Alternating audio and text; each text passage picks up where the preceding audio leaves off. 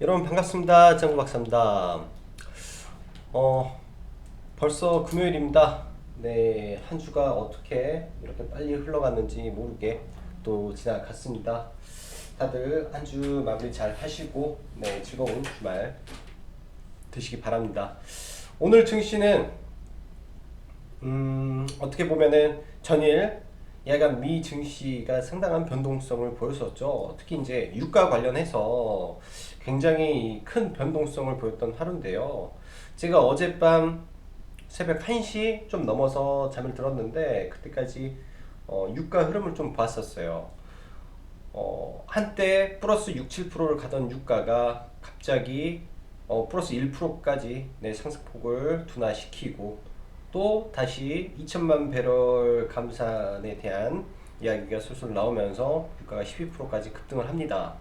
그러다가 또 감산 자체가 이렇게 됐죠. 뭐 이제 기존에 생각했던 2천만 배럴에서 네, 1천만 배럴 또 6월 이후 800만 배럴 뭐 이런 식으로 낮아지다 보니까 이거에 따른 또 실망 매물이 또 유가를 급락을 시켰습니다. 완전한 롤러코스터의 모습을 어제는 보았는데요. 장중 변동폭이 무려 20%가 넘었으니까 네, 일반적인 뭐 원유 트레이더, 선물 트레이더는 진짜 흔히 말하면 골로 갈 수 있는 네, 시장이 어제 펼쳐졌다라고 보여집니다. 오늘 우리 국내 증시 일단 전일 나스닥이 상승 출발을 했기 때문에 국내도 네, 상승 출발을 해서 시작을 하였는데요. 굉장히 큰 변동성을 줬습니다. 일단 코스닥의 기준에서 정확히 이제 오늘 오후 오전이죠. 오전 네, 10시를 기점으로 서서히 주가가 꺾이기 시작하더니 네, 이 하락의 급물살을 좀 탔다라고 보시면 될 것 같습니다. 아무래도 전일 문 대통령이 이제 파스텔 연구소를 방문을 하면서 이런 쪽 테마 쪽의 흐름이 어떻게 보면은 이제 더 이상 나올 재료가 부진하다라는 성격의 급락이 나왔을 수도 있다라는 생각을 조심스럽게 해봅니다. 그리고 그동안에 이제 코스피보다는 코스닥의 상승의 강도가 상대적으로 높았고 많은 투자자들이 이쪽에 이제 돈이 자금이 몰리다 보니까 특히 이제 지수 자체가 현재 강력한 저항대에 부딪히니 이 차익 실현의 욕구도 상당히 강했을 거라고 생각을 해요. 그리고 그동안 상승에 대한 피로감이 이제 한 번에 좀 쏟아졌던 부분에서 그간 많이 올랐던 테마주들의 하락폭이 굉장히 컸던 하루였습니다. 오늘 장중에도 오전장까지 매매를 하면서 네, 시장이 급격하게 밀려났을 때 일단은 그런 부분에 대해서 이야기를 하고 매매를 중지를 했었는데요. 그만큼 오늘 장중 급락은 솔직히 굉장히 좀 네, 아픈 부분이 있었어요. 그동안 우리나라 시장 보면은 빠지면 바로 누군가가 끌어올리고 바로 누군가가 끌어올리고 했는데 더 이상 그런 부분에 이제 힘이 많이 빠졌다라고 해석을 할 수 있을 것 같습니다. 그래서 좀 많이 급하게 밀렸다라고 보시면 될 것 같네요. 그래서 이게 이제 순식간에 보합권이니까요. 위에서 떨어지는 낙폭으로만 보면 한 번에 여기서 1시간이죠. 10시부터 11시 30분, 11시까지 1시간 동안 마이너스 4%가 떨어졌으니 이 순간 종목의 낙폭률은 상당히 컸을 거라고 생각을 합니다. 앞으로 이러한 변동성이 한두 번씩 일어날 거기 때문에 지금 시장에서는 리스크 관리하면서 풀베팅이라든지 그런 거보다는 네, 최대한 리스크 관리를 하셔야 될 때라고 생각을 합니다. 오늘 이제 글을 작성하면서 이런 거를 좀 적어봤어요. 사실 현 구간에서 코스닥의 기준에서 테마주들의 상승 탄력이 많이 둔화되고 있는 건 사실입니다. 기준을 잡아야 돼요. 어느 시점에서 들어가야 될지. 그리고 그간의 피로감 때문에 주의가 필요한데 그동안 여러분도 아실 겁니다. 오늘도 그래요. 무슨 찌라시만 뜨면은 종목들이 급등하는데 이 언젠가는 이러한 찌라시들이 기사라든지 이게 반복되는 기사가 굉장히 많을 거예요. 반복, 그리고 학습 효과가 여기서 일어나겠죠. 아, 이거 나왔으면 올라간다. 따라 붙으면 상한가 굳힌다. 상한가 따라잡으면 갭 뜬다. 뭐 이런 식의 생각이 많이 이제 많아 있었을 겁니다. 그리고 그러한 매매가 많이 통했고요. 굉장히 시장이 환호를 했기 때문에 말 그대로 묻지마 배팅을 해도 네, 시장이 올라갔기 때문에 종목들이 다 올라갔다라고 생각을 합니다. 근데 그러한 자금들이 만약에 반대 상황으로 간다면 끔찍할 수 있다라고 판단을 해야 돼요. 이제 V자 구간에서 이런 경우가 있죠. 5일선을 꺾고 다시 이렇게 올라갈 수도 있어요. 지금 상황에서, 지금 수급가 상황에서 이렇게 올라갈 수도 있지만 여기서 이렇게 가서 페이크를 주고 이렇게 이제 봉을 만들 때, 삼산을 위에서 만들어 버릴 때는 이때 진짜로 주의를 해야 됩니다. 지금이야 밑에 5일선도 있고 10일선도 있고 20일선도 있습니다. 근데 이제 이런 구간에서 한 번씩은 브레이크를 잡는데, 브레이크를 잡고 내려와서 또 브레이크를 잡았는데도 흐를 때, 이게 이제 삼산 형태가 나오는 거니까요. 이제 이런 것만 주의를 하면 될 것 같습니다. 이런 것만. 자, 바로 시장 들어갈게요. 자, 전일 미 증시는 목요일날도 언급드렸다시피 실업급여 청구 건수가 발표되는 날이었습니다. 매주 한 번씩 발표가 되는데 매주 특별한 이슈가 나와서 시장을 들어 올렸습니다. 트럼프가 한 번, 연준이 한 번. 이번에도 연준의 대규모 또 추가 부양책이 발표가 됐죠. 2조 3천억 달러가 이제 부양책 나왔는데 증시에는 호재로 작용했을 겁니다. 특히 이제 정크본들을 포함한 회사채 매입 계획을 발표로 부실채권에 대한 문제를 차단하려는 것으로 판단을 할 수 있을 거고요. 가장 이제 문제가 되는 게 이제 하이힐드 채권 쪽에서 뭐 이 쉐일 업체라든지 뭐 등등 부실이 커지고 있는 기업들에 대한 정크본들을 매입한다라는 것 자체가 굉장히 이제 시장에서는 좋은 재료로 쓰였을 거라고 생각을 합니다. 자, 그렇다면 지금부터 생각을 해야 되는 건 이 다음에 정책 카드가 대부분이 나온 이 다음에 나올 수 있는 게 무엇일까라고 생각을 하면 제 기준에는 딱 하나 남았다라고 봅니다. 주식 직접 매입만 나오면 카드가 어떤 게 있을지 고민해 봐야 될 상황이죠. 돈은 엄청나게 풀리고 있는데 이 돈이 풀리는 것을 역설적으로 전부 다 이 실업급여로 지금 나가고 있다라는 부분도 우리는 생각을 해봐야 됩니다. 그리고 어제 시장을 보면 미 증시가 상승을 했는데 이상 필라델피아 반도체 지수가 급락을 하는 부분이 조금 의외였다라고 생각을 했어요. 그래서 우리나라 오늘 시장 자체가 조금 특히 IT 섹터는 부진할 것으로 느껴졌고요. 경우에 따라서 제약바이오 섹터는 강했던 혈장 쪽 아니면 신풍제약 뭐 이 정도만 보려고 생각을 했었습니다. 그 정도만 보고 대응하고 나머지는 거의 대응을 안 했고요. 이 다음으로는 현 구간 바닥권에 있는 우량주들, 더 오른 종목들을 추려내면 충분히 수익 가능한 종목이 많이 보인다라고 생각이 됩니다. 처음 증권사에서 여러분들이 계좌를 만들 때 이번 시장에서 나는 어떻게 할 거야 라는 생각을 다 했을 겁니다. 제가 개인적으로 생각하기에는 많은 투자자들은 해서 우량한 주식을 사야지 하고 들어와서 우량한 주식을 안 샀어요. 삼성전자를 사고 하이닉스를 사고 SDI를 사고 뭐 등등을 샀는데 사실상 현대차는 바닥에서 굉장히 많이 올라왔죠. 그 외에 우량주들이 많이 못 갔단 말이에요. 근데 주변을 돌아보면 테마주들이 2배도 가고 3배도 갔어요. 그렇기 때문에 자금들이 그쪽으로 많이 움직였을 거라는 생각을 우리는 해야 됩니다. 그런 자금들이 물려버린다면 그리고 그러한 순환 속에서 많이 못 올랐던 코스피 대형주들, 코스피 관련된 주식들이 순환매를 돌 수 있기 때문에 그런 종목들 눈여겨보시기 바랍니다. 흔히 이제 트로이카라고 불렸던 뭐 증권, 금융, 건설 쪽에서도 반등이 슬슬 나오는데요. 일단 오늘 같은 경우는 보험 쪽에서 큰 폭의 반등이 좀 나왔죠. 지금 현재 이러한 사회적 거리두기 문화가 이 보험 청구 건수를 낮춘다. 즉 보험회사 이익률을 올려줄 수 있다라는 이야기가 나오면서 이야기가 나오면서 보험회사들 특히 하나생명이라든지 삼성생명이 급등하는 모습을 보여주었고요.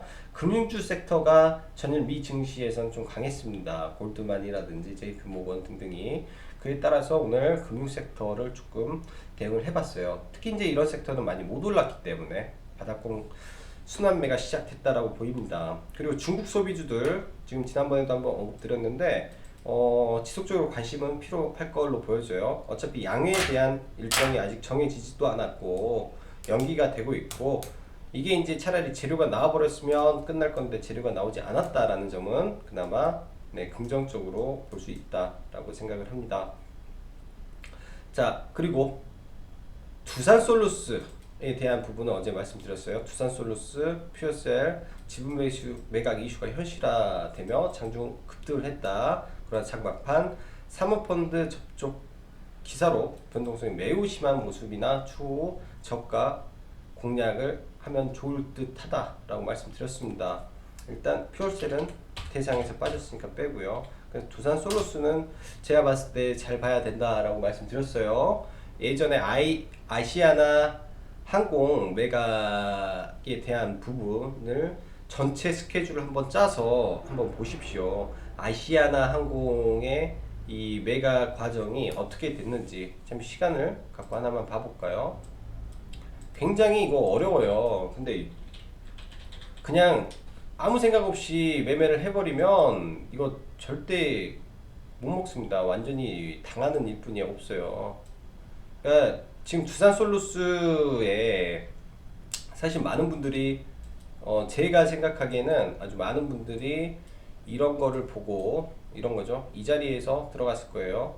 종가 베팅을 이제 이런 걸 생각하고 종가 베팅을 했지 않을까라고 생각을 합니다. 예전에 아시아나 항공에 대한 부분을 이제 이 구간에서 매각 이슈가 나오고 상한가 이렇게 가서 근데 이제 판이 좀 바뀌었죠. 그러니까 기사 자체가 나오면서 흔들렸는데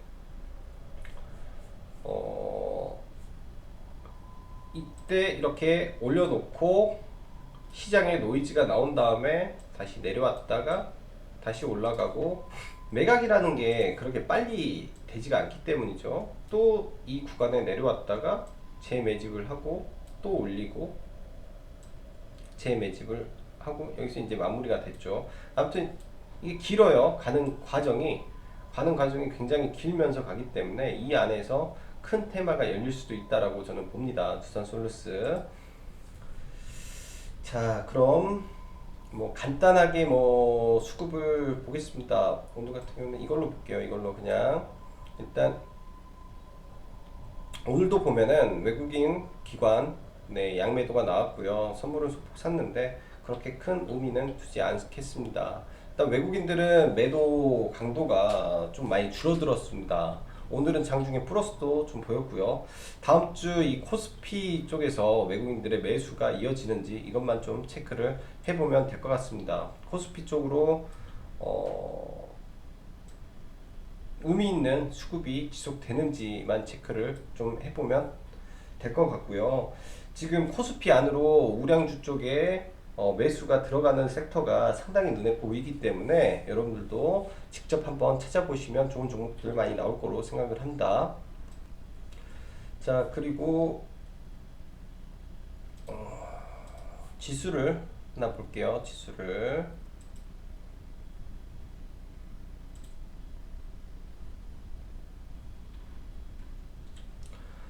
일단 나스닥 다우 유럽은 오늘 휴장입니다. 휴장이어서 이제 안 움직이는데요. 월요일장 나스닥 선물이 어떻게 열릴지를 체크를 하고 일단은 이 50% 선까지 반등을 해주냐 못하느냐가 관건이지 않겠나라고 생각을 합니다. 일단은 맥시멈은 이런 구간인데 현재 여기에서 상승이 더 간다면 이 일목균명표를 뚫어버리는 모습도 나올 수가 있어요. 그렇게 되려면 여러가지 모멘텀이 좀 나와야 되고 이러한 과정을 간다면 코스피 우량주도 좀 올라가는 모습이 나오지 않을까 라고 생각을 합니다. 그 다음 원달러 환율. 지금 원달러 환율이 지금 1210원까지 내려와 있습니다. 사태가 터져서 환율이 급등한 이 갭 구간까지 내려왔는데 일단 여기에서 환율이 안정화를 일단 조금 보여줬으면 좋겠고요. 안정화가 된다면 코스피 대형주들은 일단은 박스권을 그리는 흐름이 좀 나올 것 같아요.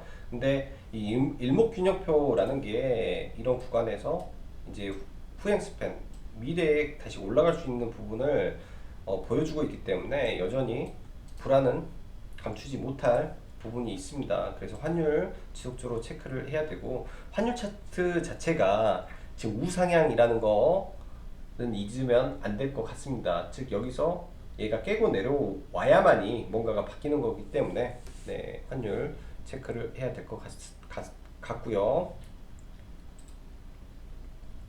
그 다음 국내 코스 닥을 한번 볼게요. 자, 오랜만에 5일선을 또 급하게 이탈하려는 모습이 좀 나왔습니다. 일단 5일선 깨지는 않았죠. 월요일날 중요해요. 5일선을 이제 깨고 내려오는 봉이 나오는지, 그러면 11선에서 반등을 주고 그 다음에 11선을 깨고 내려오는지 여기까지를 확인을 해야 돼요. 그럼 이게 날짜가 이제 총선 전이 될 것 같습니다. 총선 전까지는 뭐 11선 언더에서 이렇게 가고 총선 이후가 사실 저도 궁금합니다. 총선 이후가. 근데 너무나 급격하게 올라왔던 증시이기 때문에 일단 1차적으로 뭐 낙폭이 간다면 이런 구간에서 반등을 하고 내려오는 5일선에 맞지 않을까라는 생각을 해요. 그래서 이런 부분에서 네, 인버스를 청산을 하든지 비중을 줄이든지 하셔야 된다라고 보여집니다. 여기에서는 이렇게 갈지 아니면 여기서 이렇게 갈지, 네, 이 부분을 체크를 해야 될 것 같아요. 그래서 지수에 대한 시나리오를 세워놓고 대응을 해야 된다라고 생각을 합니다.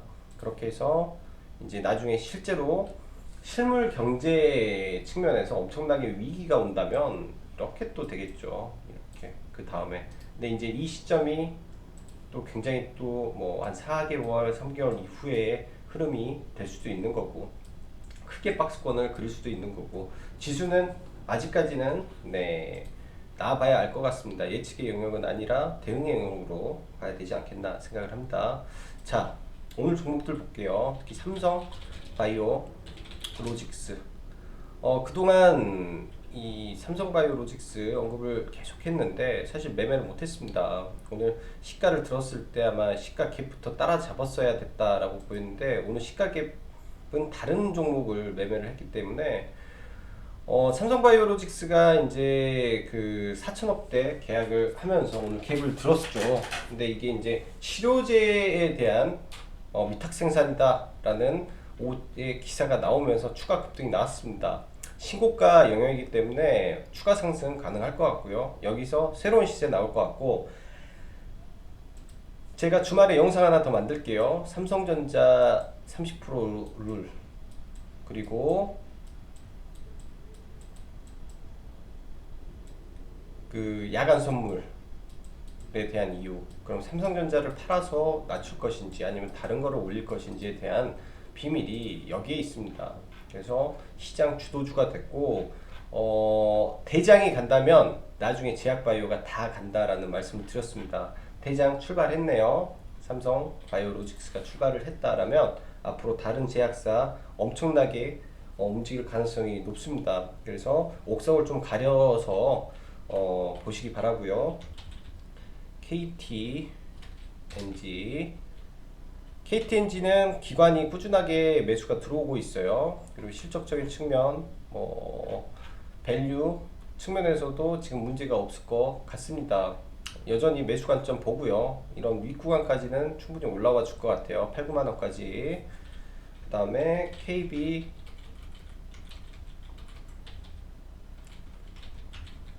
KB금융 이쪽도 네 오늘 수급의 변화가 좀 있었던 종목이고 일단은 수급 이 안에서 작지만 아일랜드 갭이 발생을 했어요. 작지만 갭이 발생해서 이 갭을 지금 돌파를 하려고 하기 때문에 여기 올라가면 못해도 뭐 4만원 이런 구간까지는 가겠죠. 그래서 아직도 상승 여력이 한 10에서 15% 정도는 더 있지 않나 라고 생각을 합니다. 최소 10에서 15% 정도.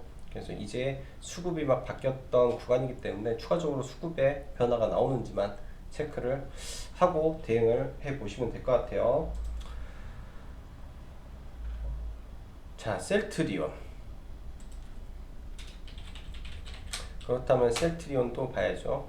셀트리온은 지금 블록딜 때문에 이 물량에 조금 변화가 좀 있었는데 일단은 눌리면 매수 관점으로 봐야 돼요. 셀트리온도 똑같이 셀트리온 헬스케어 또 똑같은 관점으로 보고 있고 충분히 눌리기를 기다릴 겁니다.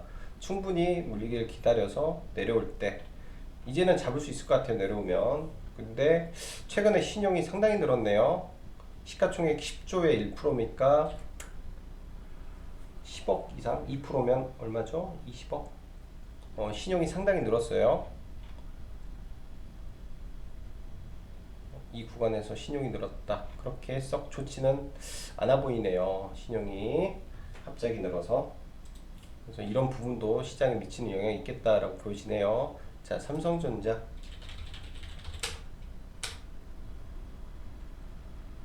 박스권 플레이 하는 것 같습니다. 박스권 플레이. 아래 하단 내려오면 매수. 페닉스. 얘도 박스권 들어가 버렸고. SDI. 얘는 무조건 내려야 되고. LG화학. 얘도 내려야 된다. 라고 보여지네요. 빨리빨리 보면. 그 다음 매드팩토 셀리버리.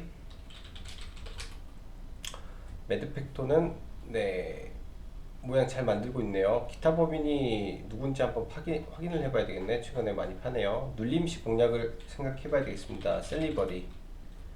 셀리버리는 지금 내려오고 있죠. 여기서 내려오고 있으면 이 하단에서 언저리에서 한번 잡아보면 될 것 같고요. 기간은 4월 25일이기 때문에 그때 보는 게 좋을 것 같습니다. 에이프로젠 제약 오늘 엄청 뺐다가 올렸네요. 어제 들어왔던 100명만 주를 다 들어와 버렸으니까 오늘은 오전에 따로 보지는 않았어요. 따로 보지는 않고 다른 걸 보고 있어서 보지 않았는데 엄청나게 변동성을 키웠네요. 장중에 얼마야? 마이너스 17%까지 나왔으니 변동성이 엄청 컸네요. 이거 일단은 관심으로 계속 보도록 하고 신풍제약을 오전에 눌릴 때 매수 사인을 드렸어요. 근데 아예 눌림도 안 주고 갔습니다. 보유 수량에 지금 얘는 지난번에 20% 남겨놓은 것 중에 오늘 추가로 조금 더 팔았고요. 눌림 때 샀어야 됐는데 계속 못 사서 조금 아쉬운 종목입니다. 사질 못했어요. 이럴 때 사고 갔어야 되는데 일단은 여기서 고치는 팔고 나머지는 홀딩하고 가고요. 저는 이거 찐카라고 생각하기 때문에 조금 더 봐보세요. 예전에 영진작품이라는 종목을 매매한 적이 있는데 바닥에서 딱 10배 갔더라고요. 바닥에서 딱 10배. 지금 장난 아닙니다. 이거 장난 아니에요. 찐카기 때문에 나머지 10%는 그냥 끝까지 한번 가지고 가볼 생각이고요. 다음 파미셀은 외국인이 계속 들어와요. 얘는 이 박스권을 그리는 모습이니까 지속 관찰을 해 보십시오. 파미셀도 재료가 크기 때문에 지속 관찰을 해야 돼요. 그냥 보통 종목은 아니니까요. 그래서 파미셀하고 이거는 계속 놓고 보고 있다라고 보시면 될 것 같고, 가비야 오늘 좀 밀렸죠. 한 번 더 밀리면 구간 올 것 같습니다. 가비야도. 다음 NHN 한국사이버결제 오늘 장중에 좀 올랐는데 지수 밀리면서 좀 밀렸다라고 보여지고요. 그래도 끝까지 기다렸다가 보시면 될 것 같아요. 다날은 오늘 시가 갭 들고 나서 한번 크게 시세를 줬죠. 이거는 정확히 이제 그 의견을 드렸던 거는 10% 그리고 15%에서 매도 시가 이탈 시 전량 매도. 그러니까 이제 얘는 뭐 잘 나왔죠. 얘가 꼭 이런 그 짓을 좀 많이 한 것 같아요. 종목 매번 이 윗꼬리를 잘 주는 종목이라 종목은 어쩔 수가 없는 것 같습니다. 또 아래에서 다시 봐야 될 것 같아요. 얘는 한동안 관심 종목에서 지워버려야 될 종목 같고요. 자, 그리고 녹십자 랩셀.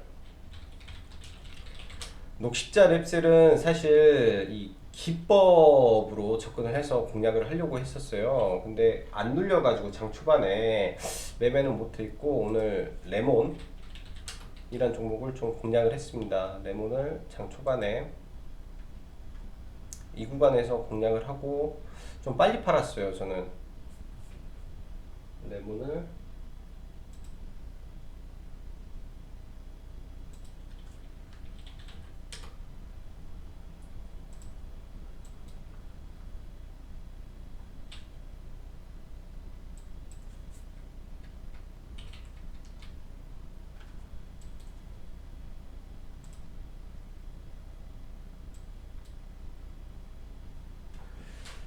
레몬을 너무 빨리 팔아가지고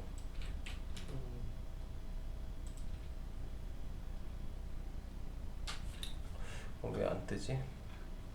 레몬을 여기서 잡아서 그냥 여기서 팔아버렸네요. 15,000원 너무 짧게 팔아서. 근데 이제 이게 왜 이쪽을 매도를 했냐면, 오전에 혹시 보셨는지 모르겠지만 이 혈장 테마보다는 자금이 이 신풍제약으로 쏠리는 모습이 보였습니다. 그렇게 된다면 신풍으로의 자금이 쏠리면 이쪽 테마는 죽을 수도 있겠다라는 생각으로 그냥 짧게 던져버렸어요. 근데 신풍하고 삼성바이오로직스에 자금이 다 몰리는 바람에 이쪽은 오늘 좋지 못하는 흐름을 보였을 수밖에 없겠다라고 생각을 합니다. 추후 녹십자 그룹은 여전히 관심을 갖고 볼 건데, 지금 또 높은 구간이기 때문에 충분히 조정을 받고 눌렸을 때만, 그때만 접근을 하겠습니다. 지금 말고요. 자, 제넥시는 오늘 손절을 한 종목이에요. 제넥시는 오늘 이 자리에서 들어갔는데, 이게 시장이 이때 급격하게 무너져서 이 구간에서 손절을 해버렸어요. 그래서 시장이 너무 급격하게 무너져서 이게 이제 이 시점이죠. 이 시점에 손절이 됐는데 10시 40분. 네, 10시 40분. 이 이후에 시장 이렇게 빠지니까 안 되겠더라고요. 이거 오늘 시장 때문에. 그래서 이렇게 하고 조금 주의를 했어야 될 시장이었다라고 생각을 합니다. 오늘 오전에 뭐 제넥신, 제일바이오는 여기 사서 여기서 매도를 했으니까 9,200원. 제일바이오는 매매가 잘 됐죠. 9,200원에 매도가 됐으니까. 마지막으로 두산 솔루스를 하나 볼게요. 두산 솔루스. 일단 두산 솔루스 참 말이 많죠. 지금 두산 솔루스 투자 주의도 먹고 거래 대금도 어제 얼마야? 어제 2,300억을 치고 상한가 가는 것처럼 만들었다가 무너져 버렸어요. 이슈를 만들고 무너져 버렸는데, 저는 그래요. 일단은 이 매각 이슈가 나왔는데 너무나 전개가 빠르다라는 생각을 했고, 오늘 장 초반부터 두산솔루스를 좀 보려고 했어요. 초반에 이제 계획은 세우고 아침에 장을 맞이했기 때문에 매수를 29,350원에 걸어 놨었거든요. 매수를 29,350원에, 이 구간이죠. 29,350원. 이 정도에선 지지 받겠지라고 생각을 하고, 얘가 이제 떨어지면 한 10% 이상 떨어져서 마이너스 한 17%까지 다이렉트로 갔다가 가겠지 했는데 바로 좀 끌어올렸습니다. 그래가지고 이거를 좀 못 잡았어요. 근데 개중 이제 회원님들 보면은 좀 29,700원 이런 데서 잡으셨던 분도 있는 것 같더라고요. 그래가지고 중간에 올랐길래 전부 차익 말씀드리고 나서, 이 종목 같은 경우는 시장이 밀렸을 때 바로 안 잡았습니다. 왜냐면 이렇게 줄줄 밀리면 마지막에 장 후반에는 투매가 나와요. 이런 종목에서는 투매가 나오는데, 이제 한 가지 예를 하나 드린다면 이제 남선 알루미늄도